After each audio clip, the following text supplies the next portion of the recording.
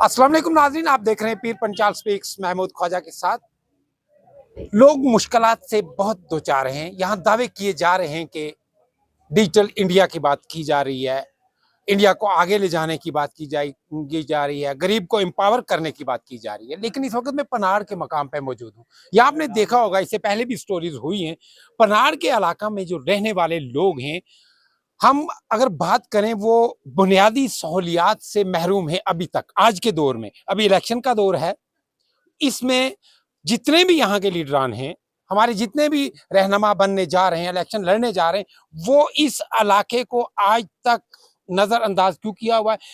Connectivity की बात करें, हिंदुस्तान के हर कोने में नेटवर्क है, लेकिन पनार में नहीं है। हमारे साथ यहाँ एक साथी मौजूद है, इनसे हम बात करेंगे। लेकिन आगे बढ़ने से पहले पीर पंचाल स्पीक्स को अगर आप यूट्यूब पर देख रहे हैं तो जरूर फॉलो करें, इसी के सब्सक्राइब करें, इसी के साथ बेल आइकन भी प्रेस करें। फेसबुक, इंस्टाग्राम, एक्स पर देख रहे हैं तो जरूर फॉलो करें, क्योंकि ये आपकी अपनी आवाज है। क्या नाम है आपका? सर मेरा नाम जुहैर खान है। हम इधर पनाड़ के रहने वाले हैं और मैं आपके चैनल का बहुत शुक्रगुजार हूं कि हमारी आवाज़ आगे तक आप भी पहुंचा सकेंगे। तो हम आप भी देख रहे हैं सर, पहले भी जो इलेक्शन हुए, एमपी के इलेक्शन हुए, लोगों ने बड़ी बड़ी पार्टियां आई हमारे पास उनने बड़े बड़े वादे किए, मगर रोड को डेवलपमेंट करेंगे, मगर रोड को ये करेंगे।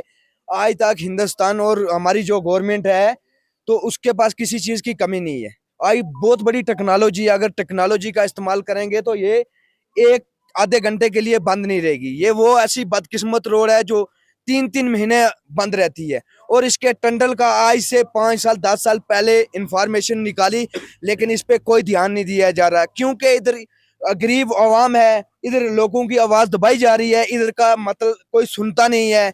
जैसे बड़ी बड़ी पार्टियां आती हैं, वादे आते हैं, वादे करते हैं, जैसे आजकल थोड़ा इलेक्शन का दौरान है, माहौल गर्म है, बड़ी बड़ी पार्टियां आती हैं, बड़े बड़े नेता हमारे आ रहे हैं, हमारे साथ वादे कर रहे हैं, लेकिन जनाब आप भी देखिए कि हमारे साथ नाइंसाफी हो रही है। कोई एक्सीडेंट होता है या कोई प्रॉब्लम है इधर के भाईजान, मैं आपको बताऊं कि ट्राइबल लोगों का बहुत आना जाना इधर लगा रहता है।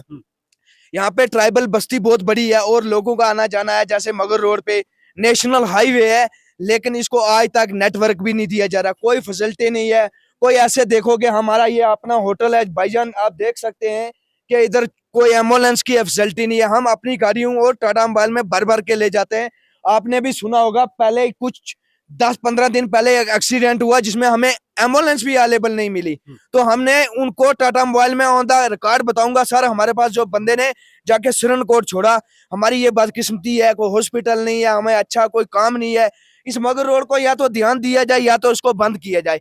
हम जो अभी हमारे नेता आ रहे हैं, हम सबसे गुजारिश करते हैं, हर पार्टी से गुजारिश करेंगे कि जनाब इसका भी कोई ध्यान दिया जाए, यहाँ के लोगों को भी आवाज आगे तक पहुंचाई जाए। वादे देखो, जैसे 5G इंडिया, डिजिटल इंडिया है। देखो आप सभी इस टाइम अकरम साहब की रैली देख रहे हैं। अब ये एमपी का जमाना है, इधर नेटवर्क नहीं है, कुछ भी नहीं है। जैसे आप 7-8 किलोमीटर एक ऐसा एरिया है जो नेटवर्क की वजह से कट हो जाता है। इसमें कोई परेशानी भी हो तो हम कुछ भी नहीं कर सकते। हमारी यही गुजारिश है कि इसको ध्यान दिया जाए। कहने का मकसद ये है कि ये इलाका ऐसा है, इसमें नेटवर्क नहीं है। यानी अगर हम कहें कि मैं भी सुबह से लगभग 1 घंटा हो चुका है यहाँ है, लेकिन पूरी दुनिया से डिस्कनेक्ट हूँ।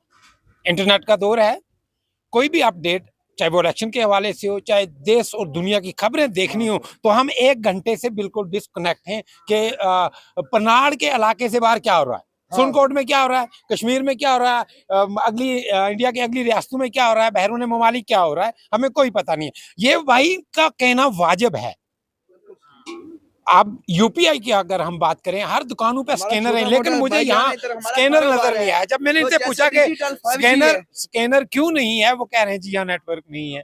तो बहरहाल क्यों नहीं सुना गया आपको? डीडीसी के इलेक्शन हुए, आपने वोट दिए, डीडीसी चुने, लेकिन क्या आपने उस डीडीसी को याद नहीं कराया कि भाईजान इधर भी आना? हमने बहुत याद करवाया, हमने इतना उनकी मिन्नतें भी की, डीडीसी हो कोई भी हो, हम यही गुजारिश करना चाहते हैं कि हमारे इलाके में थोड़ी डेवलपमेंट करो। और खास करके जो मगर रोड है, मगर रोड जैसे इधर मरीज जाते हैं अपना श्रीनगर हॉस्पिटल में, बहुत ज्यादा कनेक्टिविटी रहती है, इन लोगों का आना जाना रहता है, लेकिन इसकी आवाज ही दबाई गई है। मैं उन पार्टियों से ये कहना चाहता हूं जिनके मंशूर में 370, 35A और रियासत का तशख्खुस है, आपको शर्म आनी चाहिए।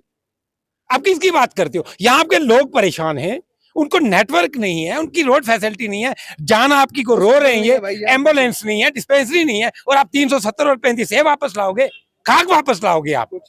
आम पब्लिक को चाहिए ऐसे कैंडिडेट को वोट दें, क्योंकि लोग ये असेंबली इंतखाबात चल रहे हैं, इनकी औकात दिखाएं आप लीडरों की कि ये क्या वादे करते हैं और वफा क्यों नहीं करते, क्या डिमांड रहेगी।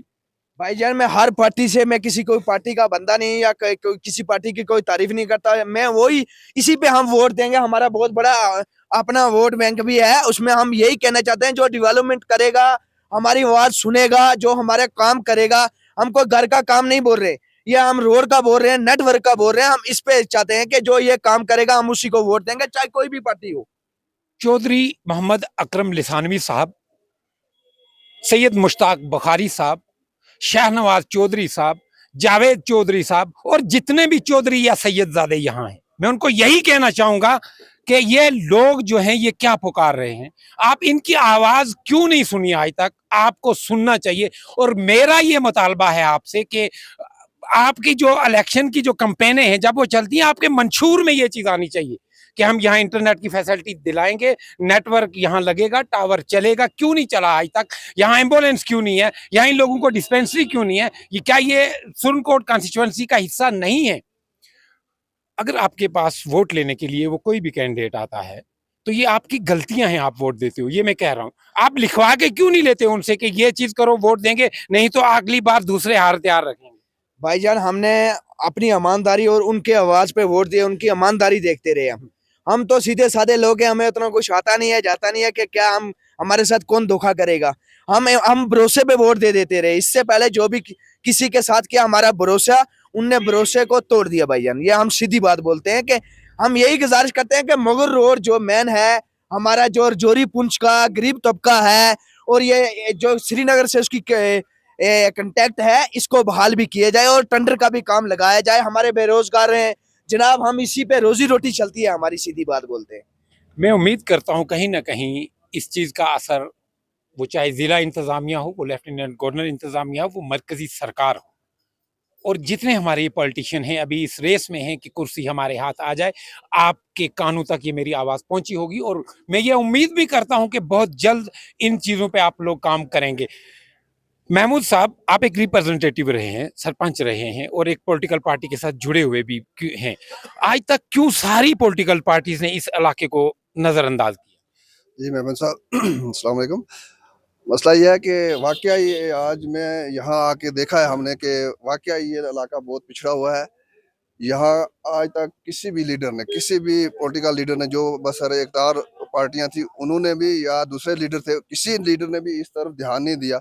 वाकई आज इतना आम कितने परेशान है, यहाँ नेटवर्क नहीं है, और आज डिजिटल इंडिया में नेटवर्क यहाँ नहीं है। और एक मेन रोड है ये जो श्रीनगर और पुंछ को मिलाती है, जोरी पुंछ को मिलाती है, ये रोड मुगल और शारा जिसको बोला जाता है। वाकई इस जगह में आज नेटवर्क नहीं है। ये तो पार्टियों की बहुत बड़ी नाइंसाफी है, पार्टियों ने इन लोगों नाइंसाफी ही नहीं, नाकामी भी है। नाकामी है। मैं ये कहूंगा कि खान साहब के जो मुतालबात हैं, इनका पहला मुतालबा है टनल, दूसरा मुतालबा है डिस्पेंसरी, तीसरा मुतालबा है एम्बुलेंस, चौथा मुतालबा है टावर कनेक्टिविटी। ये अहम चीज है। टावर के लिए मैं पहले कहूंगा, क्योंकि आपकी जेब से तो कुछ जाना नहीं है, कंपनी ने नस्ब करने यहाँ, लेकिन आप आज तक नाकाम रहे हैं इन लोगों को जो बुनियादी सहूलियात हैं वो मैसर और मुहैया करने में। कमेंट सेक्शन में अपनी राय जरूर रखिएगा। इसी के साथ इजाजत लेने से पहले आपसे फिर गुजारिश, पीर पंचाल स्पीक्स को यूट्यूब पर देख रहे हैं तो सब्सक्राइब करने के साथ साथ बेल आइकन प्रेस करें। इसी के साथ फेसबुक, इंस्टाग्राम, एक्स पर देख रहे हैं, जरूर फॉलो करें। अपना और अपने चैनल पीर पंचाल स्पीक्स का बहुत ख्याल रखिए। अल्लाह निगहबान।